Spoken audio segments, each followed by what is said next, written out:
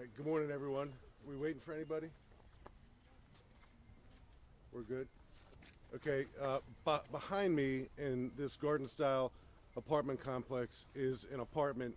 Inside that apartment resides a man and his wife in their 30s, their one-year-old baby, and the wife's parents in their early 50s.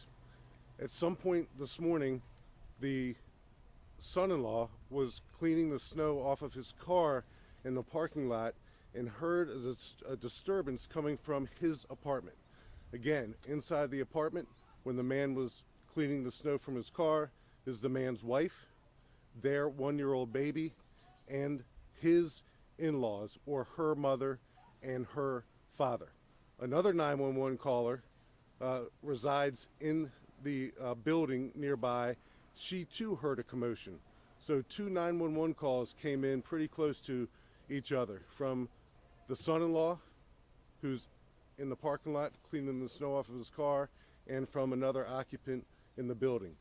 The son-in-law goes back into the apartment, finds his wife suffering from stab wounds, and seemingly, and again, it's early in the investigation, he enters the apartment and sees that his father-in-law is armed with a knife that I'll describe generally as a curved dagger. It's got about a 10-inch blade to it. It resembles, frankly, a meat cleaver, but it's a curved dagger with a very long blade. His father-in-law is armed with that, and he is stabbing his wife.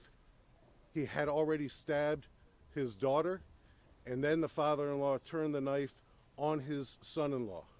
So there are three stabbing victims.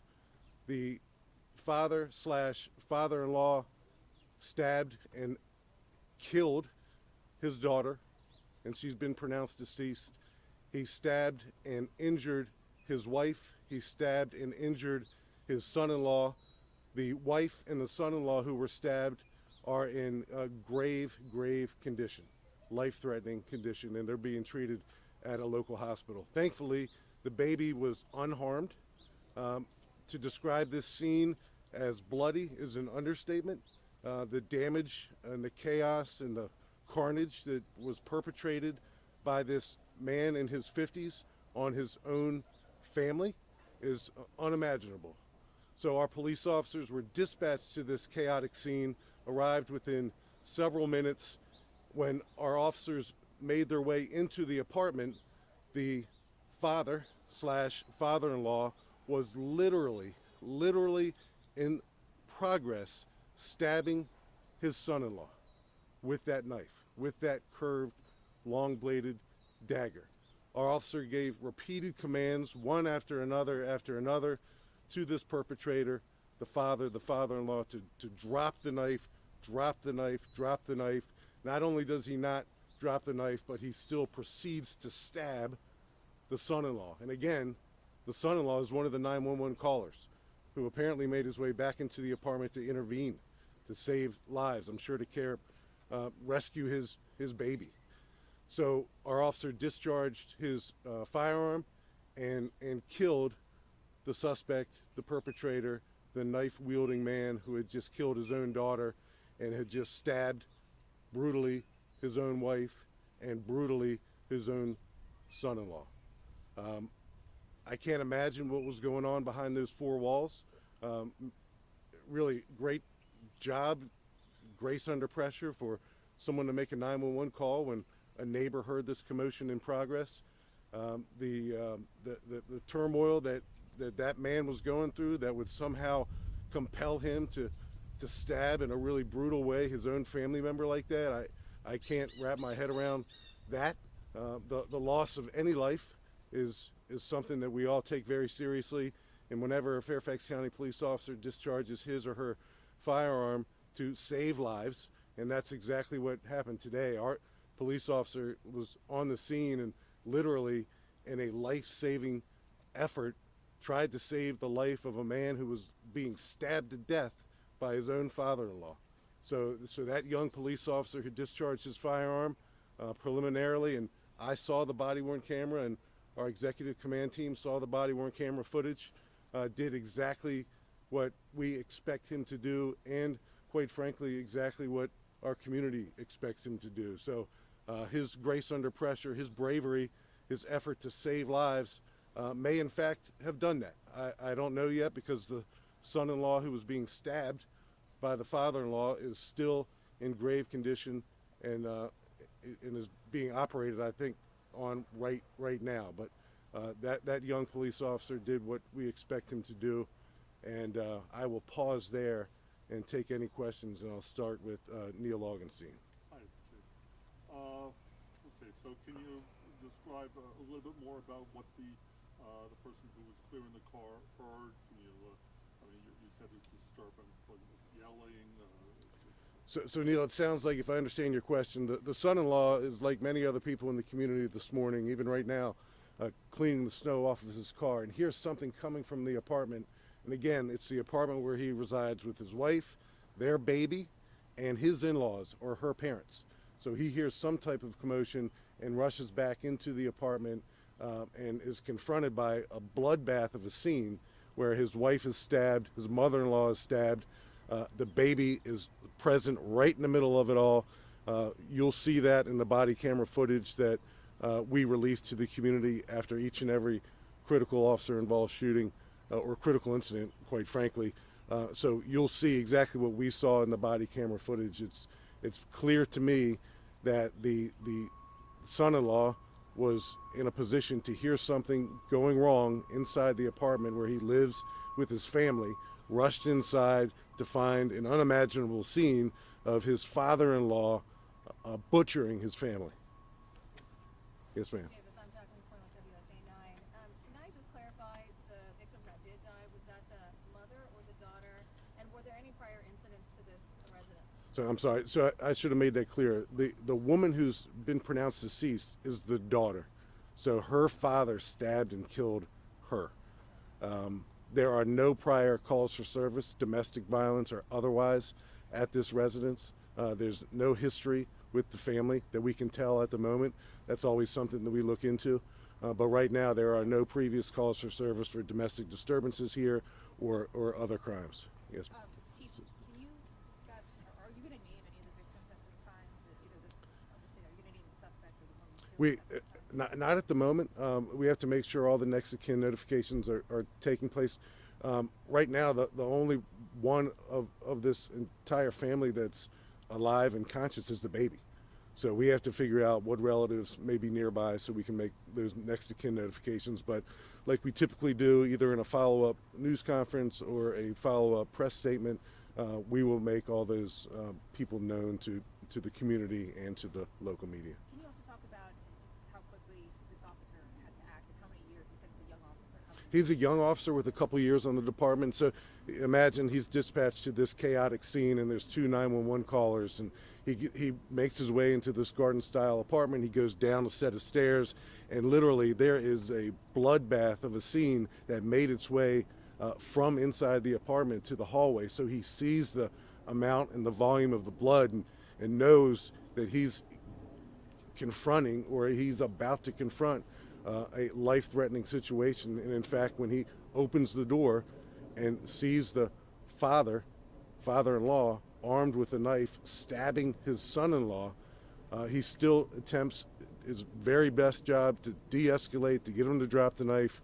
He refuses to do so. A life was in the process of literally being taken when our police officer discharged his firearm. This was all in the front, like as soon as you opened the door, that was happening. Yes. And how many years this officer had? I think at least a couple years, but I'll get all that for you guys. What happens to the baby or the 1-year-old? So the baby, 1-year-old toddler, the baby to me, not harmed at all, but that baby's being looked at right now and cared for, and we have our Victim Services Division and Child Protective Services who are on the scene right now, just attempting to make sure that baby's safe. To reach out to the family for whoever. Yeah, all the things you can imagine that we're going to do to make sure that baby has a family to go to and is otherwise cared for. That's all happening right now. The officer who first arrived, was he the only officer in the cruiser, or was there another? So it was, thank you, Neil. There were two officers that were dispatched. As the two officers made their way into the into the apartment itself. Obviously, one officer is in front of the other. He was the officer who was repeatedly issuing verbal commands to get the man armed with this curved dagger, this meat cleaver, who was stabbing his family to drop the knife. He refused to do so, and that's when he discharged his firearm. Yes, ma'am. Is the baby a boy or a girl? You know what? You're going to make me guess. I don't know. It's a little baby, toddler, 1-year-old, but we'll get that information. Do you know what time the first call came in? What time you guys got here? We're going to give you the whole timeline after I'm done just making these initial remarks. And can you say at all what led up to this? Were they having an argument or? Now that's a great question, and you know, like a lot of family disputes and domestic violence and the things that happen behind the four walls of any home, whether it's a single family home or an apartment residence like this one, we don't know yet what turmoil, what strife was happening in their lives, but I can't imagine anything would compel any human being to butcher his own family like he did today. Or when was the last time you had a case like this? Well, you know, I nothing comes to mind, and I've been doing this a long time, as have all of us, that a person, a patriarch of a family, attempts to take so many lives in such a moment like this. So this, thank God, doesn't happen here or elsewhere very often, but when it does, it reminds all of us that domestic violence can start at a really low level and escalate really, really quickly. So for those who are in positions, friends, family, neighbors, or otherwise, that know that domestic violence is taking place anywhere, we encourage those folks to reach out to their local police department to get us involved to prevent a tragedy like this one from happening. Is it known if the suspect has any kind of criminal history? No, I don't know that now. We know that there's no history at the residence for calls for service or crimes or disturbances, but we'll be in a position, as you all will be in a position, to determine if in fact our suspect, once we name him, has a criminal history. But he's, I think, in his very early 50s. Are you doing toxicology reports? I know that the suspect is dead, so is that something that you determine after?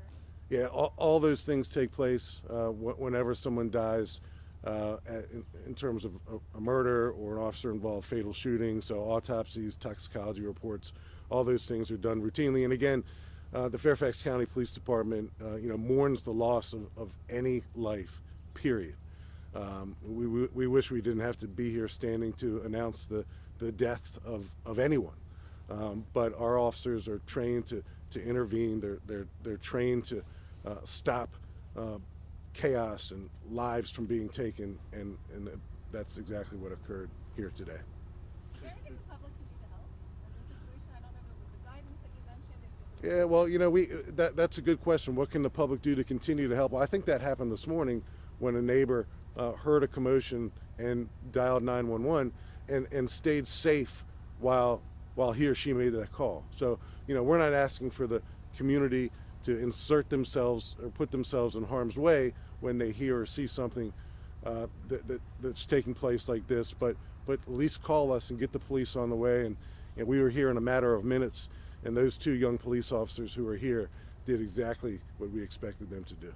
Sir, is this a newer family to the community? Do the neighbors seem to know them or have any relationship? I don't know, and those are some of the questions that we have as well. So when we have a follow-up opportunity to interact with you all, we'll fill the blanks in. And again, it's our own self-imposed policy for the last several years. We'll release the body camera footage. We'll release the 911 audio, all those things, and it's our promise to the community to do that within 30 days. And we look forward to doing that because transparency rules the day when it comes to these types of police actions that are unfortunately necessary from time to time to save lives. And routine administratively for the officer who fired or both the officers? So the officer who discharged his firearm, he'll be on a modified duty status while this investigation takes place, and we work with the Commonwealth Attorney's Office to do that as well. But the services that are being afforded to not only the family and those who are impacted by this crime who live in the community, it's the same level of care that we afford our own police officers who are involved in these traumatic critical incidents, because it's tough. In spite of their training, it's a difficult scenario for them to go through as well. I appreciate you all. Thank you.